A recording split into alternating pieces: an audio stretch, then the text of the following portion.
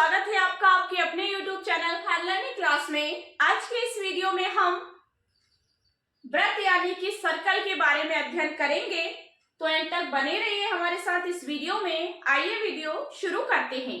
देखिए क्वेश्चन हमें दिया है व्रत क्या है। अब व्रत क्या होता है, देखें एक निश्चित दूरी से, मतलब क्या है कि एक निश्चित दूरी यानी एक बिंदु हमने यहाँ ले लिया, इस तरह से ये एक बिंदु ले लिया, अब इसके समान जो निश्चित दूरी हम लेंगे और जो आकृति का निर्माण करेंगे वही हमारा क्या कहलाएगा, व्रत कहलाएगा। तो देखिए किस तरह से करते हैं। सबसे पहले हमने ये बिंदु लिया, यहां हम प्रकार की नोक को रखते हैं, जिस तरह से हम बनाते हैं सिस्टमैटिक। अब इसको हमने मान लिया केंद्र O, इसको हमने क्या नाम दे दिया, O केंद्र नाम दे दिया। अब जो कि सेंटर पॉइंट है उसे हम केंद्र कहते हैं। अब इसके आसपास जो हम आकृति बनाएंगे समान दूरी पर, वो हमारा क्या कहलाएगा, व्रत। ये तो आकृति के अनुसार हो गया कि ये व्रत होता है, ठीक है।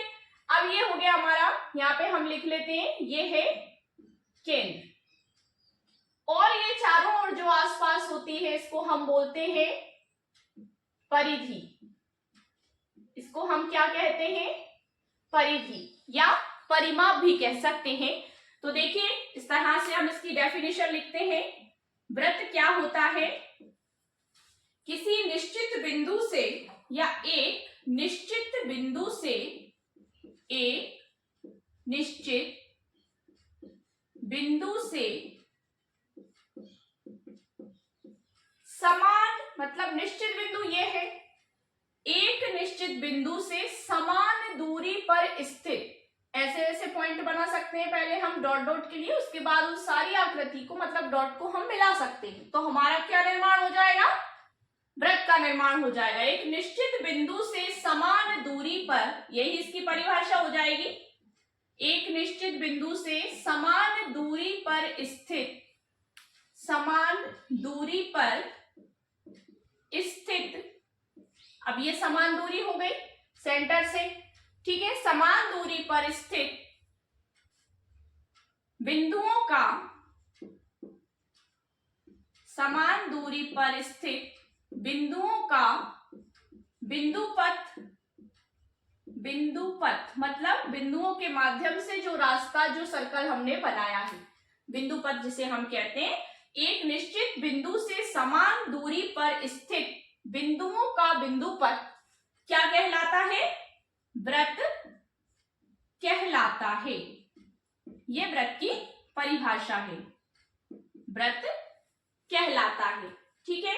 इसके बाद एक निश्चित बिंदु, अब बीच में जो सेंटर में एक निश्चित बिंदु है उसको हमने केंद्र क्या माना है, O माना है। बीच में जो सेंटर में बिंदु है उसको हमने केंद्र माना है, जो बीचों बीच स्थित है, जो बीचों बीच स्थित है,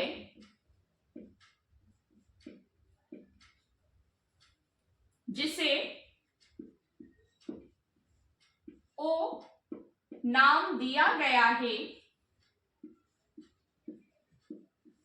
O नाम दिया गया है, वह व्रत का क्या कहलाएगा, केंद्र कहलाएगा। व्रत का केंद्र है,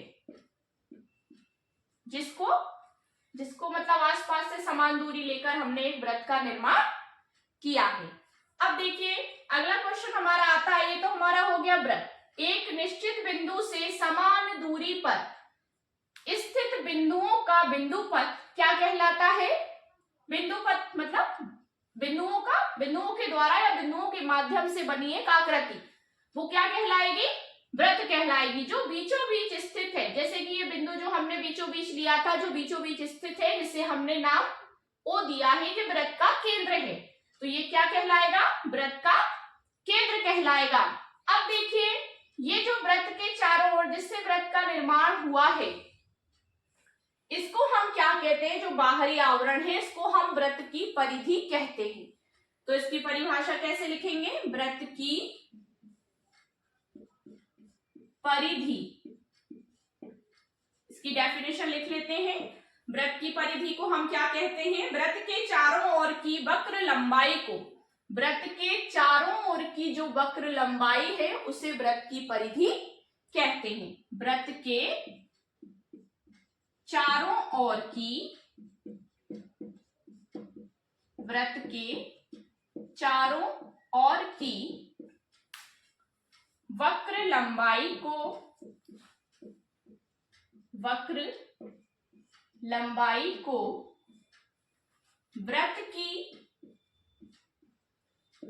परिधि कहते हैं। परिधि को हम परिमाप भी कह सकते हैं, वृत्त की परिधि या परिमाप कहते हैं।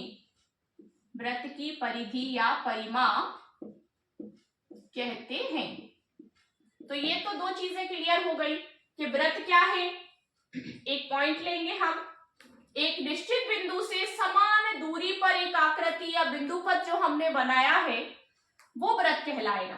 अब जो बीचों बीच बिल्कुल सेंटर में जो स्थित है वो दिख ही रहा है, वो क्या कहलाएगा? वृत्त का केंद्र कहलाएगा, जिसे ओ नाम दिया गया है, वह वृत्त का केंद्र है। अब इसी के अंतर्गत वृत्त की परिधि, वृत्त की परिधि क्या होती है? वृत्त के चारों ओर की वक्र लंबाई को वृत्त की परिधि या परिमाप कहते हैं। ठीक है, मतलब ये जो लंबाई है चारों ओर की, इसको हम क्या कहेंगे? जो गोलाकार में जो हमने वृत्त खींचा है, ये चारों ओर का जो भाग है वो क्या कहलाएगा? वृत्त की परिधि कहलाएगा, या परिमाप भी हम उसे कह सकते हैं। अब होती है वृत्त की त्रिज्या। तो देखिए, इसे हम मिटा देते हैं इसमें। अब वृत्त की त्रिज्या क्या होती है देखते हैं। तो वृत्त की त्रिज्या मतलब वृत्त से जो समान दूरी हम लेते हैं, वृत्त के केंद्र से वृत्त के किसी भी भाग पर या किसी भी बिंदु तक समान दूरी, वो क्या कहलाएगी? वृत्त की त्रिज्या। तो देखिए, वृत्त की त्रिज्या, त्रिज्या जिसे हम रेडियस कहते हैं, जिसे आर से प्रदर्शित करते हैं। तो वृत्त की त्रिज्या क्या हो जाएगी हमारी? केंद्र और वृत्त की परिधि के चारों ओर, मतलब केंद्र ये है हमारा और वृत्त की परिधि ये है। अब इसके चारों ओर किसी भी बिंदु के बीच की दूरी, अब वृत्त का केंद्र और परिधि के किसी भी बिंदु के बीच की दूरी क्या कहलाएगी? वृत्त की त्रिज्या। मतलब परिभाषा क्या हो जाएगी? वृत्त का केंद्र या वृत्त के केंद्र से परिधि के, वृत्त के केंद्र से परिधि के किसी भी बिंदु के, किसी भी बिंदु के बीच की दूरी,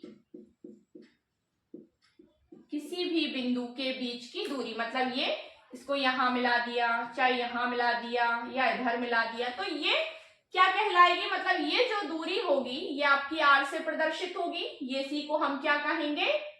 त्रिज्या। आर से प्रदर्शित होगी। वृत्त के केंद्र से परिधि के किसी भी बिंदु के बीच की दूरी को त्रिज्या कहते हैं।